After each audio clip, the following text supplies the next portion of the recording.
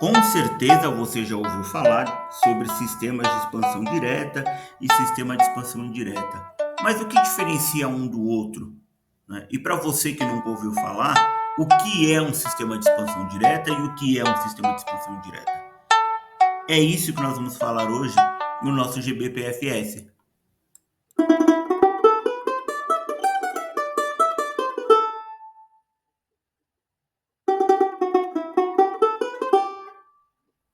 Para começar, a gente não pode deixar de lembrar que o ar-condicionado ou condicionador de ar, que é o nome técnico, o papel dele é climatizar os ambientes internos. Através do ciclo que a gente já está acostumado, vai proporcionar conforto térmico. Isso aí, padrão e ok para todo mundo.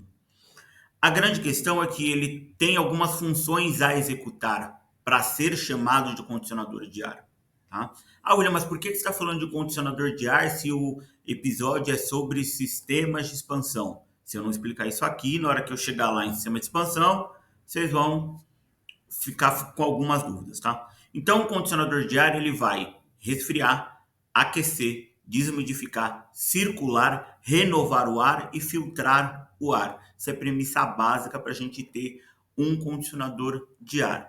E além disso, ele tem que fazer um outro papel. Ele tem que fazer um controle simultâneo de algumas condições: temperatura, umidade, velocidade e pureza. Então, para a gente ter um condicionador de ar, além das funções, eu preciso ter o controle simultâneo dessas quatro grandezas: temperatura, umidade, velocidade e pureza do ar. Aí eu consigo, tecnicamente, pelo conceito, ter aí um condicionador de ar. Senão, o que nós vamos ter é um circulador ou um climatizador. Beleza? Esse é o conceito básico da premissa para a gente falar de sistemas de expansão. Aí daqui para frente vai ficar mais fácil você entender e fazer algumas associações. Quando a gente fala de sistemas de expansão, a gente precisa lembrar que essa é a classificação dos condicionadores de ar. Então eu vou ter dois grandes grupos: expansão direta e expansão indireta. Ponto. A grande diferença entre eles é que um vai precisar de um fluido adicional para climatizar o ambiente através da transferência de calor.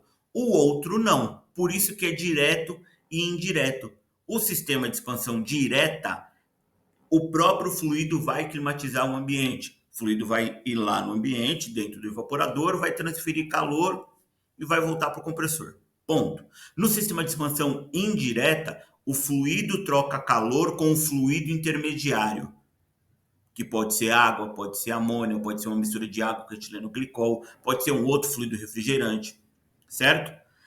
E esse fluido intermediário que vai trocar calor com o ambiente. Então essa é a grande diferença entre os sistemas. Um sistema, ele é um sistema direto, ele não precisa de componente adicional. O sistema indireto, ele precisa de componente adicional. E aí fica fácil a gente observar as distinções olhando os esquemas do sistema que está aqui na tela. Tá? Então, o fluido sai do dispositivo de expansão e vai direto para o sistema. No outro, o fluido sai do dispositivo de expansão, troca calor com outro fluido e esse outro fluido climatiza o ambiente. E para ficar mais fácil, tem aqui um esquema de como tudo funciona, tá? Então eu tenho o compressor vai fazer o papel dele normal, comprimir e succionar o fluido. Condensador vai fazer o papel dele normal, beleza? Rejeitar calor para o ambiente externo. Dispositivo de expansão vai abaixar a temperatura e esse fluido vai entrar num trocador de calor tubo em tubo. Tá? Ou ele vai ser um tubo por dentro do outro, ou ele vai ser um trocador de placa, ou ele vai ser um trocador de casco, ou ele vai ser um trocador de carcaça. Tem uma série de situações aí quando a gente vem falar de trocador de calor. Eu coloquei aqui trocador de calor de tubo para ficar mais fácil de vocês lembrarem, tá? Porque com certeza você já viu alguma foto de um trocador de calor aberto e o pessoal varetando o chiller, tá? Aí você vê que é uma carcaça e tem um monte de orifício aonde o fluido e a água passam ali e trocam calor um com o outro, certo? Passado por esse trocador de calor, o fluido intermediário, que pode ser água, pode ser amônia, pode ser mistura de água com etileno glicol, vai ser bombeado, tá? Aqui eu coloquei bomba d'água porque a grande maioria das vezes é água. sistema vai ser bombeado e vai para o meu evaporador. Onde a gente tem muito esse sistema? Shopping, tá? Hospital, que esse aqui é o princípio de refrigeração do chiller. Então aqui a gente está trazendo o esquemático de como funciona um sistema de expansão indireta, que basicamente é composto por chiller, fan coil e fan collet. Já na nossa expansão direta, a gente vê basicamente o que nós estamos muito mais acostumados a aprender e utilizar como ciclo básico de refrigeração.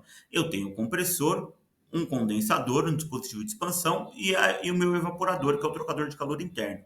E o fluido refrigerante passando dentro desse sistema aí todo. Certo? Então começa aqui no compressor, do compressor vai para o condensador, do condensador para o dispositivo de expansão, do dispositivo de expansão para o meu trocador de calor interno para poder climatizar o ambiente. Tem segredo? Não, não tem segredo. Esse é o grande ponto. Existe um sistema que é direto, que é isso que a gente está vendo, e o sistema que é indireto. E aí agora a gente vai falar um pouco sobre aonde a gente pode aplicar isso. Porque às vezes você pode estar se perguntando, tá, beleza, entendi expansão direta, expansão indireta. Aonde que eu vou usar? Aonde que eu vou ver esse tipo de sistema ou esse tipo de equipamento? Aqui fica mais fácil, tá? Então a gente já sabe que sistemas de expansão direta a gente vai ver em aplicação residencial e aplicação comercial. Então a gente vai ver na casa, num apartamento, num hotel, num mercado pequeno, beleza? Eu posso até em mercados maiores ter o equipamento de expansão direta aplicado? Posso, às vezes tem uma sala de gerência, uma sala de segurança, alguma outra coisa. E aí a gente vai ter esse tipo de sistema, tá? Já no sistema de expansão indireta, a gente vai ver ele em indústria, em shopping, em hospital de grande porte, tá? Então são aplicações industriais e comerciais maiores. Então isso aqui é mais para a gente começar a entender a diferença de aonde eu aplico um sistema de expansão direta e aonde eu aplico um sistema de expansão indireta. E aí daqui para frente a gente vai começar a observar os equipamentos que compõem os sistemas de expansão direta. E aí você vai começar a entender melhor o porquê aplica tal coisa em tal lugar, tal coisa em tal lugar. E nós vamos falar basicamente de sistemas mini-split, sistema multi-split e sistema VRF. Chegamos ao fim de mais um episódio do nosso podcast GBPFS. Siga as nossas redes sociais, curta o conteúdo, inscreva-se e compartilhe com quem precisa ouvir o que você acabou de aprender aqui. Meu muito obrigado a todos e nos falamos no próximo episódio.